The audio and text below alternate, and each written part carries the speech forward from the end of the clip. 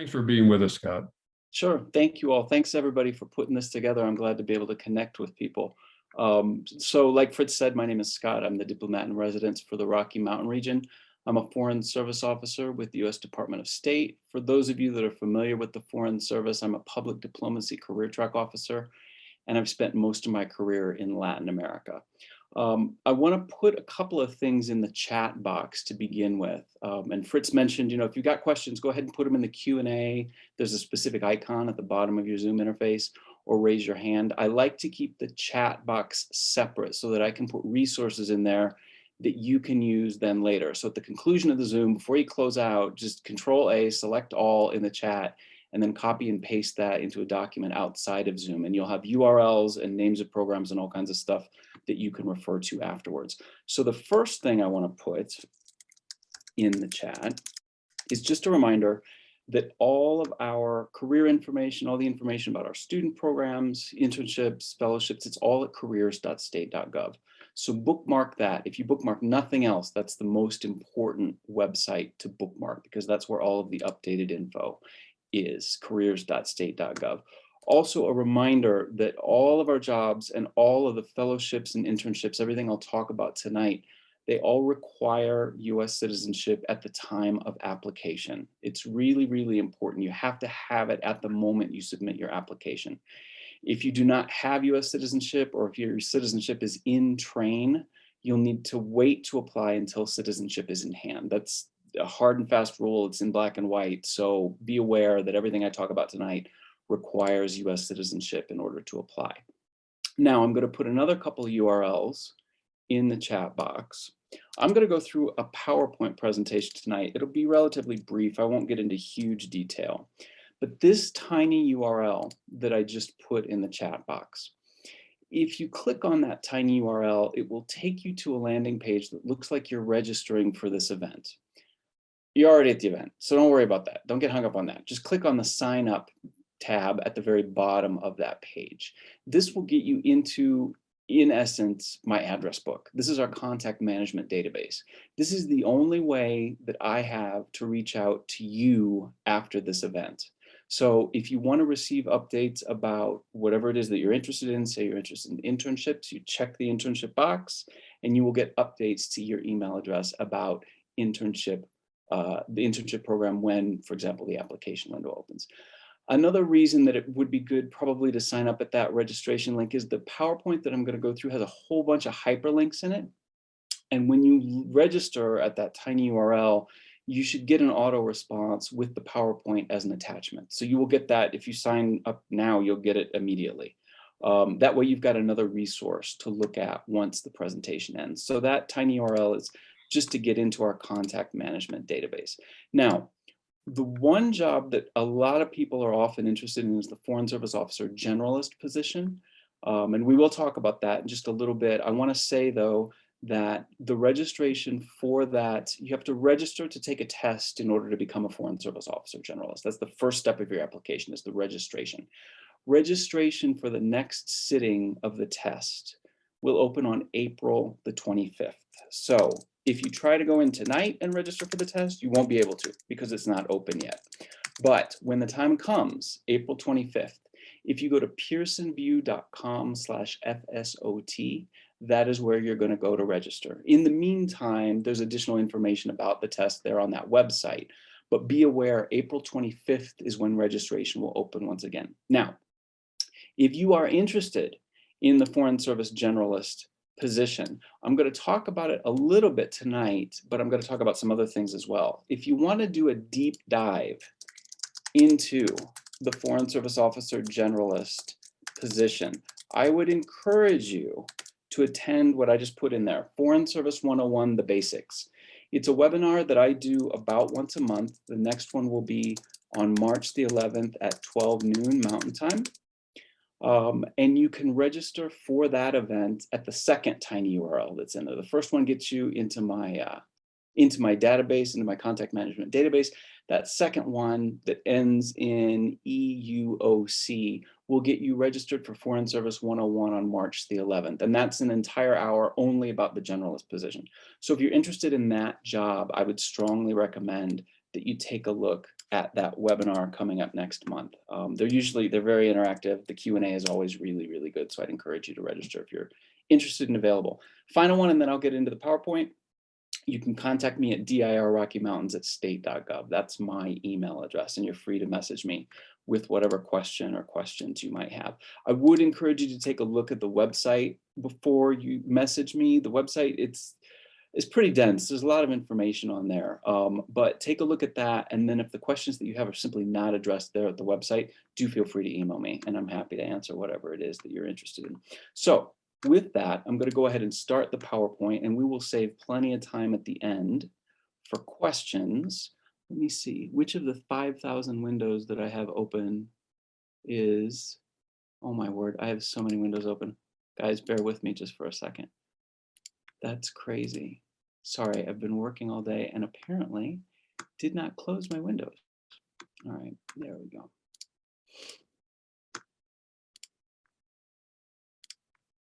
There we go. Now we're cooking. Okay. I'll go through the PowerPoint, and then, throughout the course of the PowerPoint, do feel free to post questions under the Q&A icon at the bottom, or raise your hand if you like, but I will respond to them at the conclusion of the entire presentation. So we'll get through the presentation. Department of State, we're looking for a diverse group of Americans to come in and work with us. Now, diversity is a bit of a buzzword in the United States these days. So what do we mean by a diverse group of Americans? Well, first and foremost, diversity means everything that you think right off the top of your head. It means race, ethnicity, religion, all of those things. So we are looking for a diverse group of people to come into the department to work with us. But one key component of diversity for us at the Department of State that might not immediately leap to mind is geography. We're very interested in geographic diversity and maintaining a diverse, geographically diverse workforce at the department. Now, why is that? The reason that we're interested specifically in geographic diversity on top of everything else is that the whole role of the Foreign Service is to represent the United States overseas. And if everyone who does that job happens to be from one particular state or one particular part of the country, for example, if everybody's from Florida, we're not really representing the whole United States to the rest of the world. It's a very specific subset of Americans that are doing that job, and therefore we're not really doing as robust a job as we would like to. So geographic diversity is very, very important in our hiring as well. We want people from the Rocky Mountain region, just as we want people from the South and the Midwest and New England, et cetera, et cetera.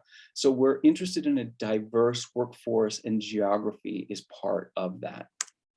We're all over the world. We've got more than 270 posts. We're in more than 190 countries. Headquarters is obviously in DC. So the vast majority of United States-based positions will be in the DC area. However, we do have a limited number of passport agencies and diplomatic security field offices that are located around the United States. And in fact, here in Denver, we have one of each of those. We have a passport agency, and we also have a diplomatic security field office. Now, the numbers in terms of how many employees are working at those particular offices are much, much smaller, obviously, than the DC area. So just remember, if you're thinking about staying in the United States to work for the Department of State, most likely that's going to mean in the DC area. But that said, there are jobs here in the Denver area working directly with the Department of State. And so opportunities do exist on the local level, just not in the numbers that they do back in DC. There's about 14,000 Foreign Service officers. Whenever you hear Foreign Service, you should think about employees who are living and working permanently, stationed for extended periods overseas. Foreign Service employees spend 2 to 3 years in a country, finish up that tour, move to another country for 2 or 3 years, finish that tour, move to another country for 2 or 3 years. So they're generally outside of the United States living and working. They've moved their family, they've moved their stuff, their office, everything is overseas. They do have the opportunity to come back to the United States, but the majority of their career will be spent overseas. Now, there's a couple of different categories of Foreign Service employees. There are generalists and specialists, and we'll talk about that in just a little bit. There's a little bit less than 11,000 civil service employees with the US Department of State. And civil service employees, sort of the exact opposite of foreign service. Civil service employees are based in the United States, they live in the United States, they work in the United States. Occasionally they might travel for work, there might be a conference, there might be a project they're overseeing and they need to go overseas temporarily, but really they are living and working in the USA. So foreign service means you're going to spend the majority of your career living and working overseas, whereas civil service means you're going to be working on the same issues as foreign service officers, but you're going to be based here in the United States. There's about 2,000 eligible family members who work for the department. Eligible family members are typically the spouses of foreign service officers. So when you're a foreign service officer and you move overseas, the expectation is that your family is going to go with you. So that would include spouse, dependent children, et cetera, et cetera. If your spouse is not a foreign service officer, then we have jobs at our embassies and consulates all around the world that are specifically held for those individuals. We call them eligible family members. We recognize that many spouses want to work while they're overseas, but if they're not part of the foreign service, it's not always possible to work on the local economy. So we have jobs held at the embassies and consulates for those individuals. And they vary from post to post, but there are many, many jobs overseas that are held for these spouses. Then there's about 50,000 locally employed staff that work at our missions overseas. Locally employed staffs are the foreign nationals that are resident living in the country where the embassy or consulate is located. So for example, at our embassy in Cairo in Egypt, these would be Egyptian citizens who are working at our mission, or in Rome, it would be the Italian nationals that are working at the mission. So if you look at the numbers, you can see that there are actually more foreign nationals working for the US Department of State than there are US citizens via the Foreign and Civil Service. These are the three broad brushstrokes that we're going to talk about today in terms of employment. We'll talk about foreign service, generalists, and specialists, and we'll also talk about the Consular Fellows program. At the end, I can also talk to you a little bit about student programs where everybody, given that you're young professionals, I'm not exactly sure how much interest there is in that, so I didn't include a slide, but I'm happy to do that in the Q&A if that would be of interest. So the first job that we'll talk about are Foreign Service Officer Generalists. This is the job that I do. I am a generalist. And many people have some familiarity with the generalist position. You might have heard of these different career tracks: consular, economic management, political, and public diplomacy. Foreign Service Officer generalists come into the Foreign Service and work in one of these areas for most of their career. There is the opportunity to work a little bit outside, but you should be thinking about a career track that sounds like it would be something that would be of interest to you for 15, 20, 25 years of work.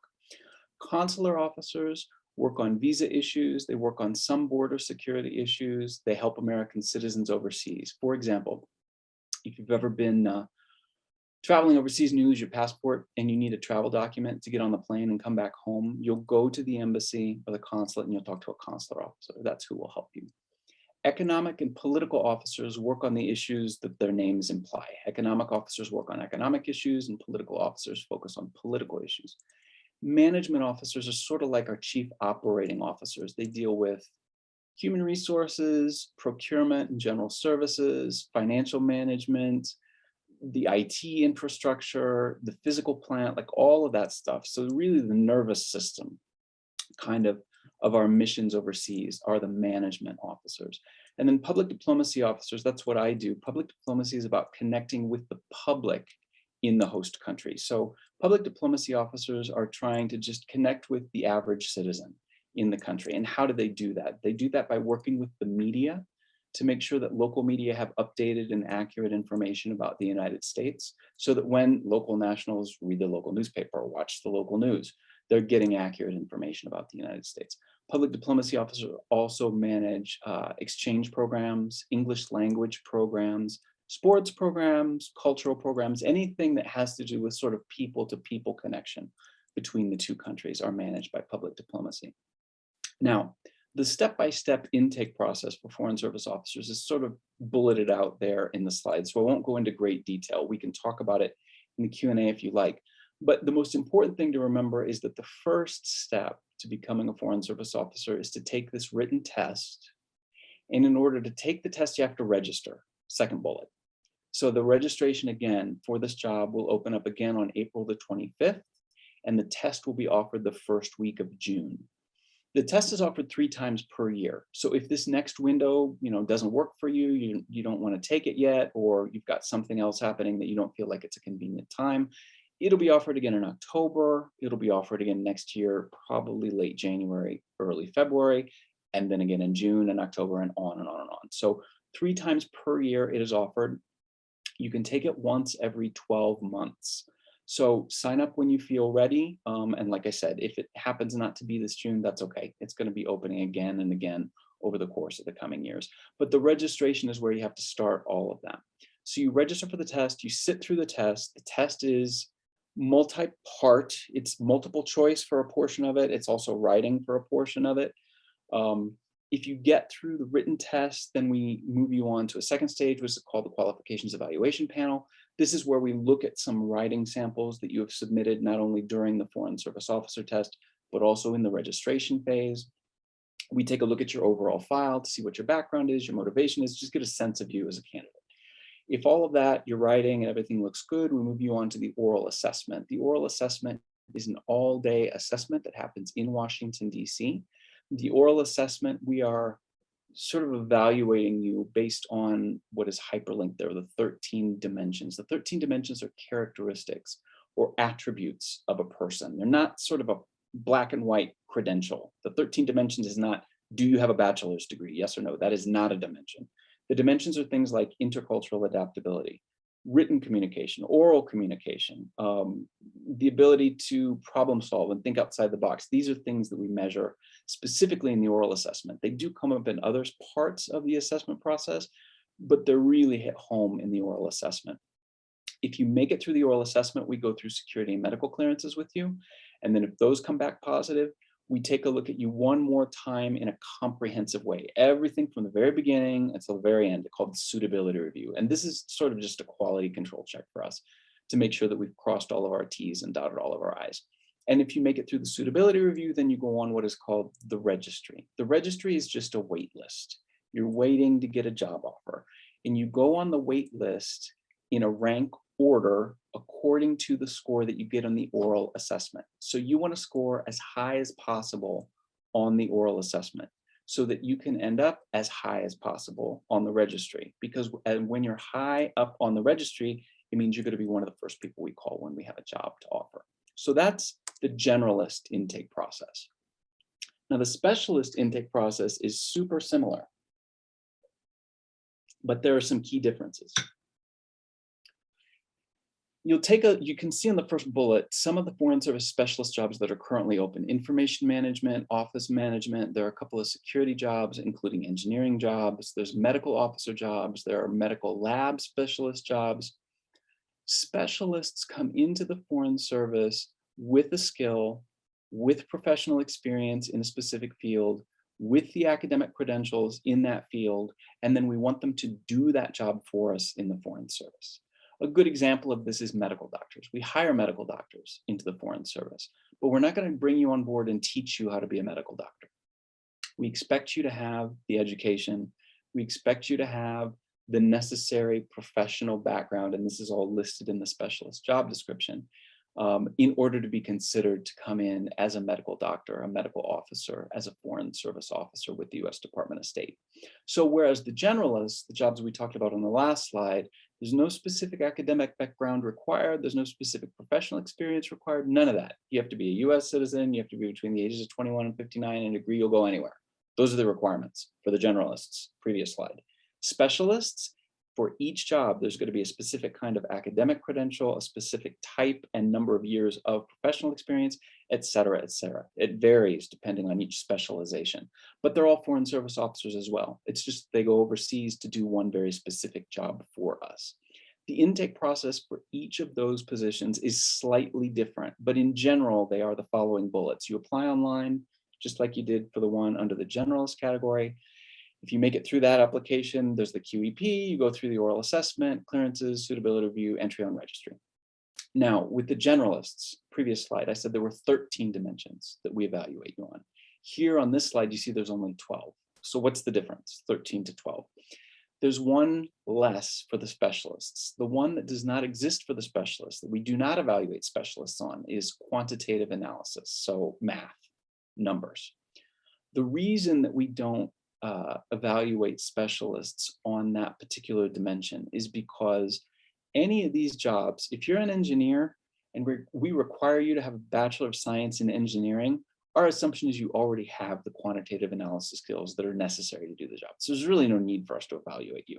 So that's why there's only 12 dimensions for this particular oral assessment.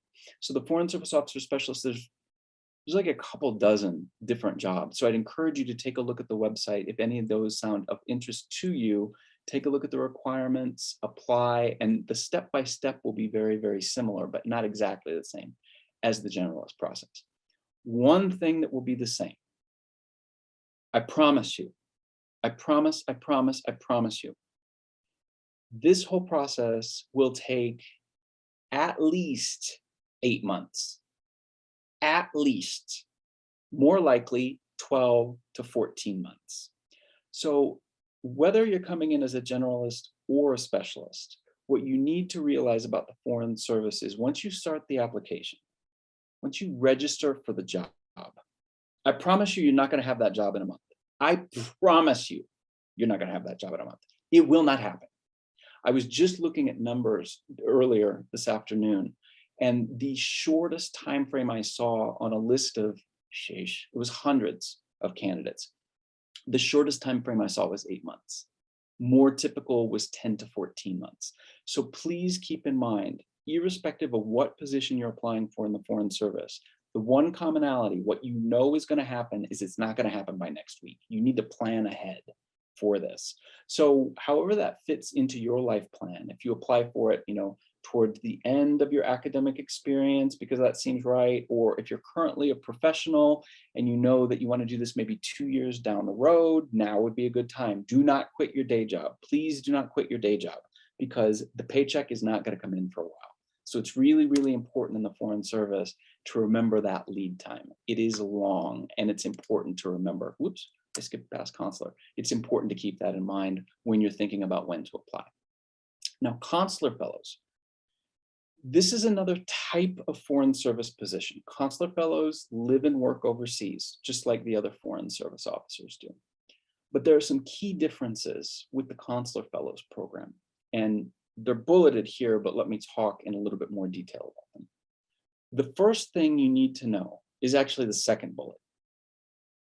You see those words Mandarin, Portuguese, Arabic, and Spanish. These jobs are only, let me repeat that word, only for people who speak at least one of these languages. You must speak Mandarin or Portuguese or Arabic or Spanish or multiples. If you speak a couple of those, that's even better, but the expectation is at least one of them. If you speak Korean, if you speak Bahasa, if you speak Italian or Greek, that's all wonderful. You cannot be a consular fellow because those languages do not qualify you for these jobs. Only Mandarin, Portuguese, Arabic, or Spanish.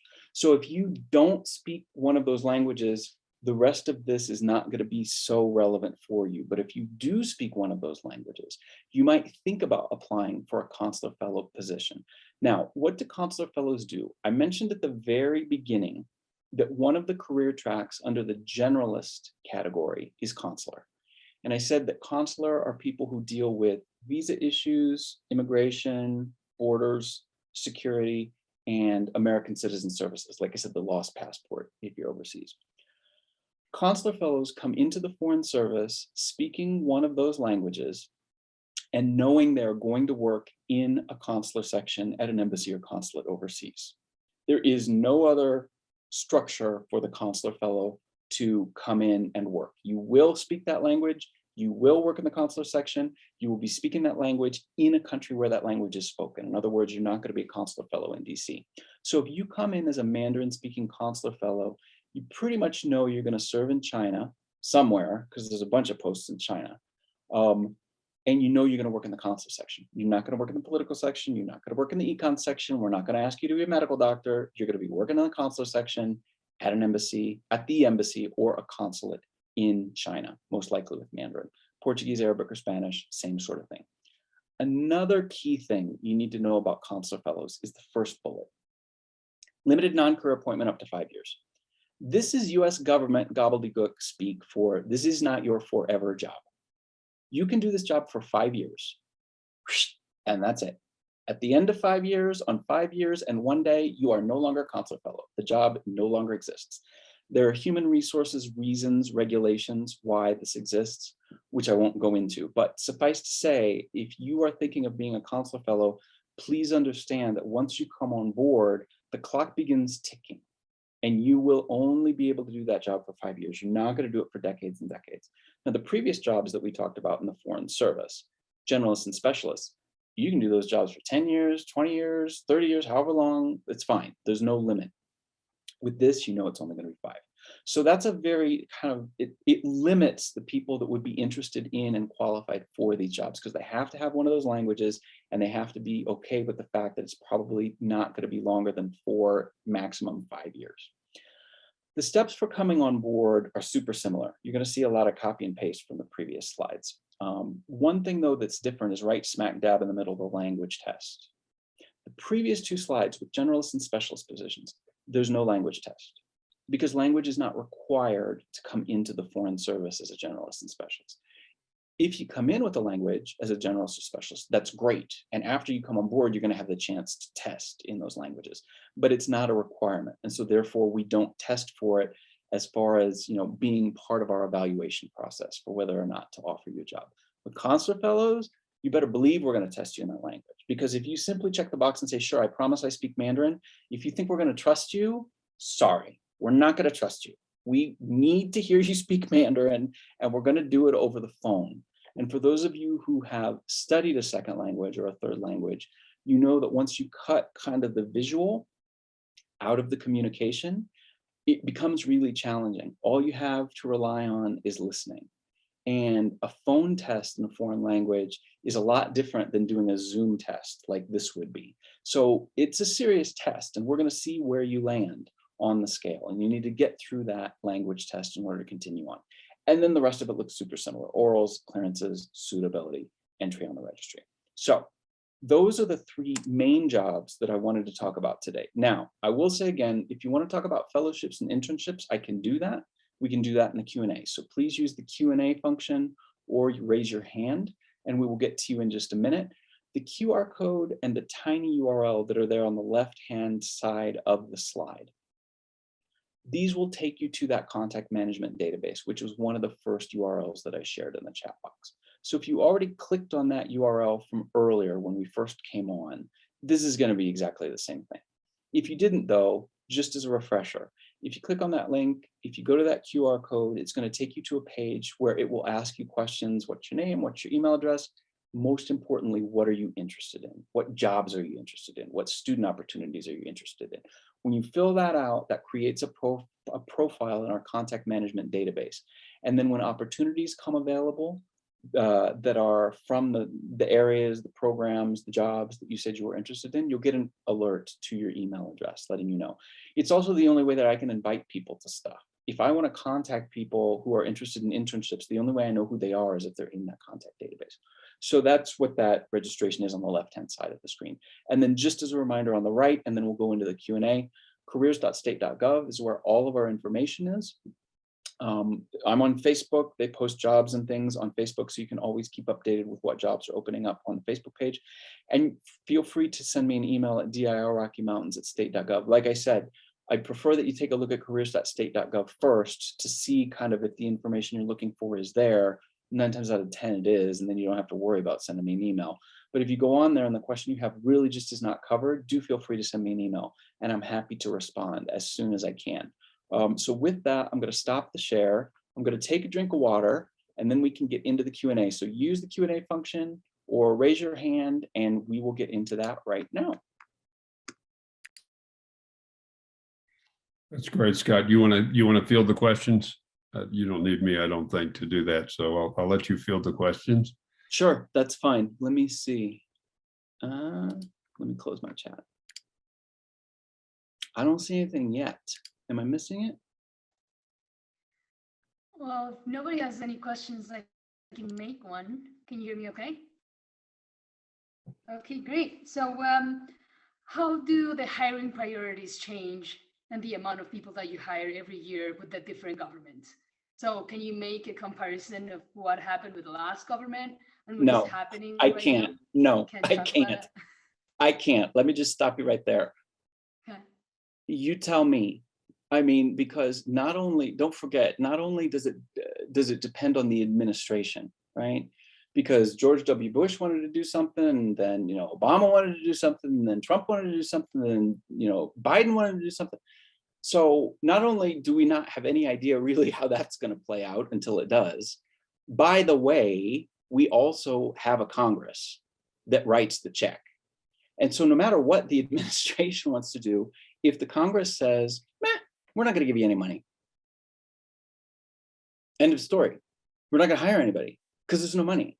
So US government 101, the Congress controls the money. And so the administration and the Congress have to work together to make sure that the policy side and the resource side can go into some sort of compromise. It does ebb and flow, but it depends on a lot of things, and it's not just the White House. There was a period where we had a hiring freeze for a while that we didn't hire anybody. And then there are periods where we have a huge hiring surge. So in the early George W. Bush, his first administration under Colin Powell, we had what was called the Diplomatic Readiness Initiative. And we hired huge numbers of Foreign Service officers. And it just kind of goes up and down. So right now, what I can tell you, the snapshot of what I can tell you for right now is that we are hiring. The outlook that we have, as long as the Congress continues to fund, is pretty positive. I would encourage people to apply for the job if they're interested in it. But that said, talk to me in a year, in 2 years, in 4 years, it could be a completely different thing. But this gets to a broader point that I kind of want to make, which is there are so many different variables that can have an impact on whether or not you get a job, that I strongly encourage people not to try to time when they take the Foreign Service Officer test, because they think, okay, well, I'm a junior in college and he told me 14 months. So if I take it now, then I'm going to get a job offer, 14 months from now. Maybe. What if the Congress doesn't give us money in 14 months? What if, in spite of Scott saying it takes 14 months, it only takes 7 because there was some sort of change in resource allocation and make things go much more quickly? It's like trying to time the stock market. You just really can't. So don't, in your mind, say, I'm going to wait to take the test until whatever, spring of 2025, because I know I want to be hired in the summer of 2026. Don't wait.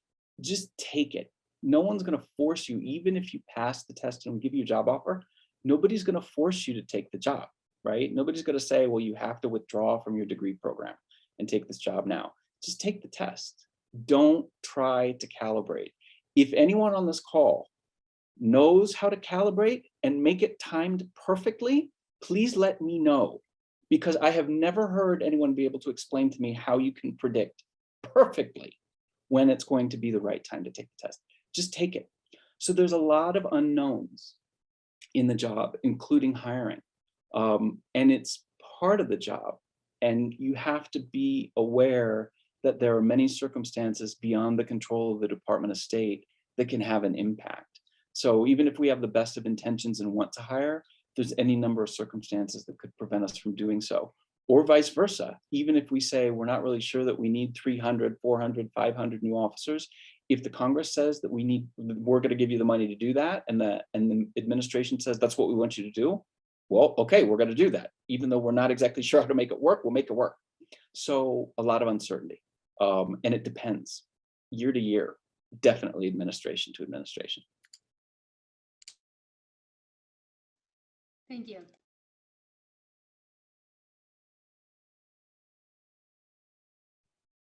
You've got a couple of questions in the Q&A there, I think. Yep. Scott. Yeah, they just popped up. One says, I'm passionate about Mexican-American relations and advocacy within. Okay, great. Come work for us. However, remember that when you join the Foreign Service, you literally sign on the dotted line to say, I will serve anywhere. So if you have a focus on a particular country or a particular geography or a particular, cultural or religious group or whatever it happens to be, and you have zero desire to work on anything other than that, I would strongly encourage you to consider whether or not the Foreign Service is really right for you. Because it is possible you could come in and never work on the issue that you are most passionate about. It's possible because you sign on the dotted line, I'll go anywhere. Now, with something like Mexico, Mexico is a huge country, huge economic, political, strategic, cultural, demographic, it's about as close a friend as we could possibly have on the planet, right? So there's always a lot of work on the US-Mexico relationship, just by virtue of the relationship with the country, the size of the country, the proximity of the country, et cetera, et cetera. But again, I can't promise yet. So if you want to come on board with the goal of working on US-Mexico issues, come on board, but realize that you are not guaranteed to do that. You'll probably be able to do it, but I can't promise you that you're going to. And even if you do, I do promise you it's not going to be the only thing you work on throughout the course of your career. So you need to think about that very carefully. It's an important thing. I mean, there's a lot of stuff to think about in the Foreign Service, but that is one that you definitely should think about. Let me see. Okay. What would you recommend as the most effective method for preparing for the FSOT? Okay, so FSOT means the Foreign Service Officer Test, which is the first step to becoming a Foreign Service Officer Generalist. There's a couple of things that I would recommend. One is, and I'll put it in the chat again, just to make sure that everybody got it. Let me copy and paste it. Oh, it's in there a couple times.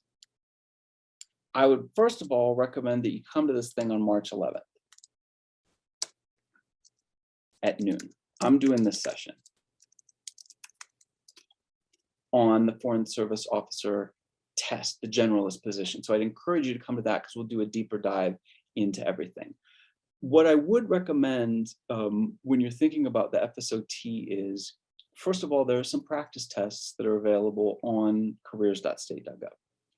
I'd encourage you to take a look at those practice tests. Now, about the practice tests, please understand that the questions that appear on those practice tests are not questions that are going to appear on the FSOT. They're to give you a sense of the type of thing you're going to be tested on during the FSOT. The questions you see in the practice tests are indeed retired questions from previous iterations of the FSOT. So these are real live FSOT questions from, I don't know, 2 years ago, 5 years ago, something like that. But don't think, okay, if I just go on and take the practice test and memorize everything, then I'm going to ace the FSOT. No, that's not how that's going to work. It's just to give you a sense of what you're going to be looking at when you sit down to take the FSOT. So that's one thing I recommend you do. Practice tests, take a look at them on careers.state.gov. Second thing I recommend that you do is take a look at the 13 dimensions. And again, these are on careers.state.gov. We're not going to test you on the dimensions. There's not a part of the test that says, please name the 13 dimensions. That's not the point. The point is, you need to be aware of what we're evaluating you on. If you're aware of what we're going to evaluate you on, what I would recommend is over the course of the 2 months, 6 months, 15 months before you take the test, you just kind of think about your own life and examples from your life where you could easily demonstrate with an anecdote, a story, something, that you have those 13 dimensions. Think about a time that you demonstrated strong oral communication skills. Think about a time that you demonstrated intercultural adaptability. Those kind of questions are going to come up over the course of the intake process, from the very beginning, from the registration. So if you're already prepared, having done the reflection, like, okay, I've thought about these 13 different dimensions and I've got examples for each, I think that's pretty good preparation. For candidates who show up and we ask them, can you tell us the time that you demonstrated intercultural adaptability, and they've never thought about it, they're having to think on the fly and you don't perform as well. If you've already considered that stuff in advance, it usually helps in the performance on the FSOT, in the FSOT process. So I'd encourage you to take a look at those 13 dimensions. One final thing I'll say is that when you're thinking about those examples, and in fact, when you're thinking about responding to anything on the Foreign Service Officer test and onwards through the oral assessment, don't forget that what we're trying to do with this whole thing is to get a sense of who you are as a person. I would strongly recommend that you pull examples from different stages of your life, if possible. If all of your really compelling examples of all of the 13 dimensions are from your sophomore year in college, well, okay, as long as they're compelling examples. But if you can pull a little bit from high school, a little bit from college, a little bit from a volunteer experience, a little bit from a vacation that you took, a little bit from your first, like whatever, it just helps us to bring the lens into a sharper focus and we see you more clearly. And it's much easier for us to feel confident offering a job when we feel like we have a good sense of who this candidate is. So don't think that you must only talk about experiences that come from your most recent job. That's not the case at all. Don't make the mistake of thinking, oh, I can only talk about experiences that have an international angle. It's not the case at all. Think about the best examples from your life. And if that was when you were 8 years old at camp, whatever, rowing a canoe across the lake, if that's the best example from your life, use it. It's totally fine. We're not worried about where, when it happened. We're worried about how compelling is that story and how can you express it and how does it demonstrate whatever it is that we're looking for. So don't be shy about reaching way, way back into things that you might not think are relevant to the Foreign Service. Actually, they might be really relevant to the Foreign Service because we're not looking for something that is by definition international. We're looking for examples of 13 dimensions. So for prep, practice test, familiarize yourself with 13 dimensions, think about your life, where you can demonstrate those different 13 dimensions, and don't forget, don't cut out any part of your life. Think about your whole life, everything, because we're looking for compelling examples. We're not looking for a specific stage where they happened, or, you know, like I said, an angle that's international. So that would be my recommendation in terms of prep. Let me see, my path to becoming an FSO. Okay, so what was your path to becoming an FSO? What inspired you to become one, and what steps did you take to accomplish the goal? So I didn't hear about this job until I was like 26 or 28 years old. I didn't hear about it. I didn't even know it existed. I didn't know it existed until in graduate school, I had a professor who was a retired Foreign Service officer. So that's when I first learned about it. So I learned about it kind of late in life. And what he was talking about when he talked about his experiences having been a Foreign Service officer were what really got me interested. What kind of inspired me to do it was he talked to me a little bit about public diplomacy. And I mentioned earlier, public diplomacy is about connecting with the local public in the host country via working with the media, managing exchange programs, that sort of thing. I thought that sounded like a really fun job. Because I had, after I graduated from undergrad, I went to Japan for a couple of years, and I had family members visit me while I was in Japan. And for one of these family members, it was the first time she had ever been outside the United States. And so watching this family member have her first international cross-cultural experience, which I had had years previously, and I was living in Japan, I had kind of forgotten what that learning process was like the eye-opening nature of that experience. I completely forgot about it, right? And to watch her live through that was fascinating and kind of inspiring to me.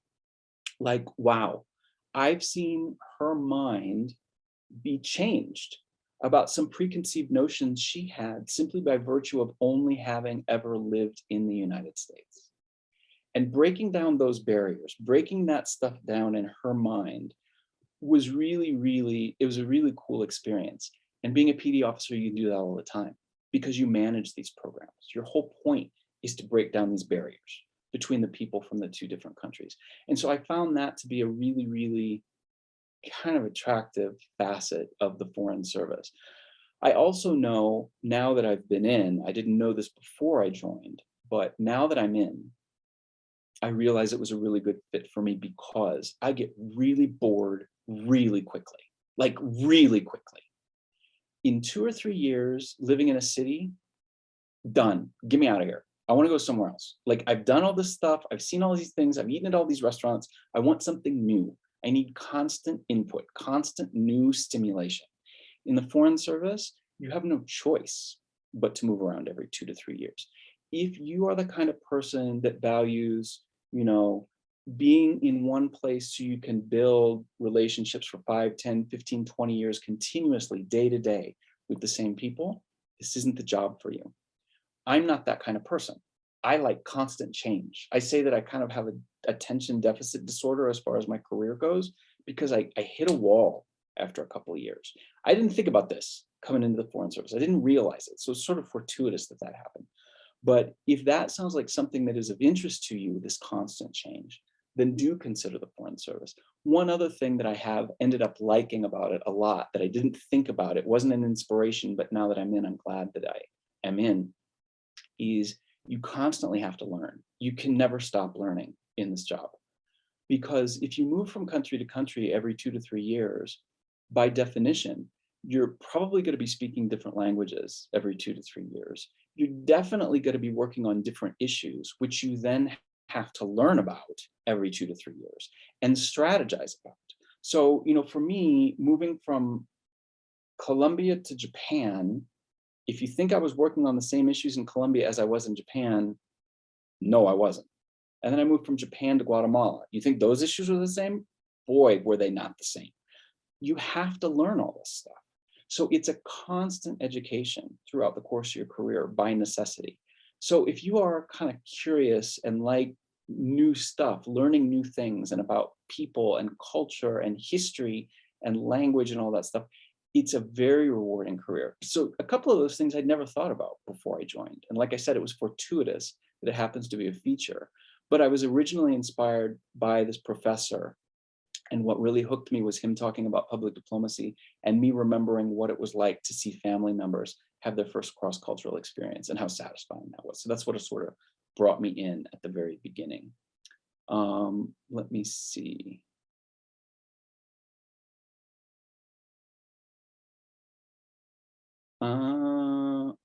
How did the Foreign Service meet or deviate from your expectations?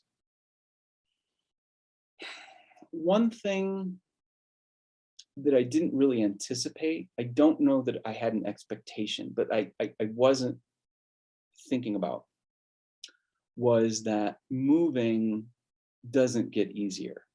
It gets harder.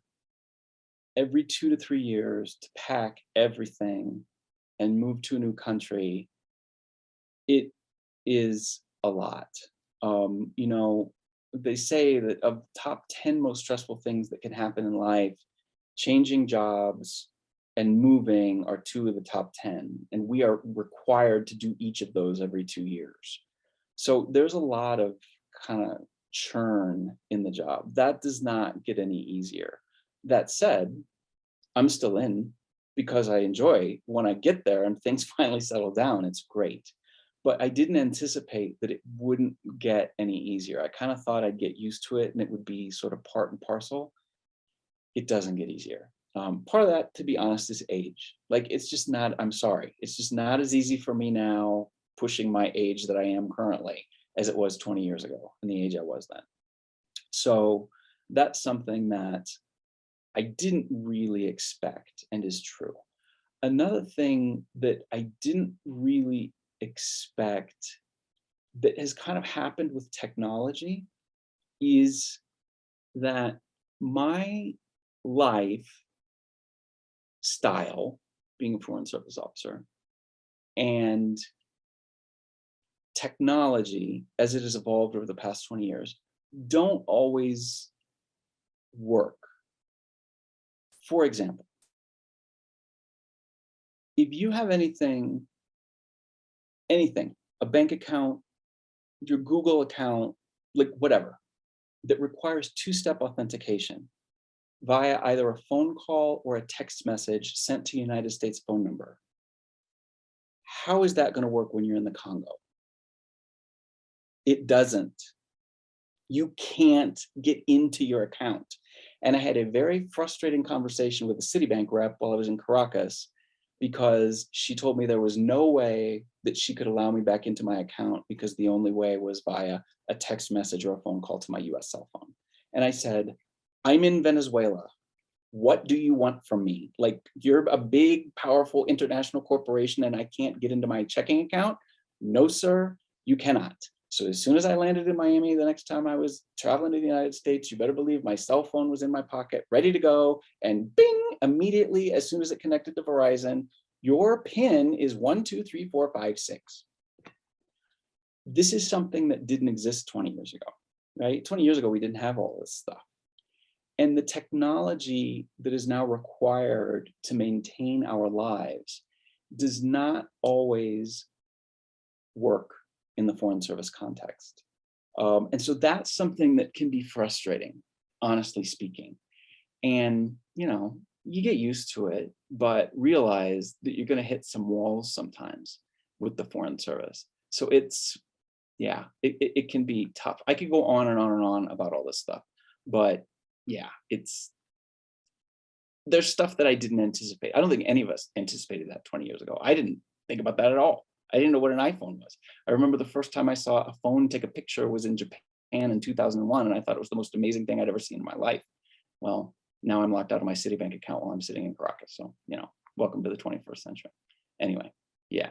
I think that there's another question in there, but I think it's kind of very specific to an individual, and I'm not exactly sure I can respond to it. So I'm going to leave that one just for now. Okay. But if there's any other questions, we're almost at time anyway. Yeah, we are almost at time. I don't know. Does anyone have a last question? We really are just about at time.